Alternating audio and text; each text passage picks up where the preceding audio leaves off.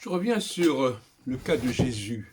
Vous savez qu'un des grands problèmes qui peut se poser dans le domaine du prophétisme, c'est quand une prophétie échoue, on essaie d'en changer la formulation, de l'interpréter autrement. Dans le cas de Jésus, par exemple, selon moi, il avait été prévu que Jésus serait le sauveur du royaume d'Israël, de ce qu'il en restait, et de tous ceux qui en faisaient partie, et qui correspondait à dire une philosophie différente de celle du royaume de Juda. Je ne voudrais pas l'oublier, ce point-là.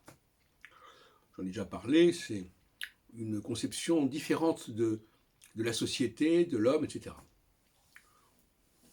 Or, il n'est pas parvenu à ses fins. Et pourtant, on trouve des références. Quand est-ce que le royaume d'Israël sera rebâti?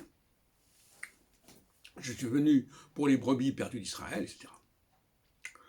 Et donc, pour cacher, pour occulter l'échec de la prophétie, l'échec de la mission, eh bien, on va changer la prophétie. On va la prendre, on va essayer de la comprendre autrement pour que ça colle. Et donc, on va laisser croire que Jésus était venu pour sauver les Judéens et pas les Israélites. Ce qui est un mensonge absolu.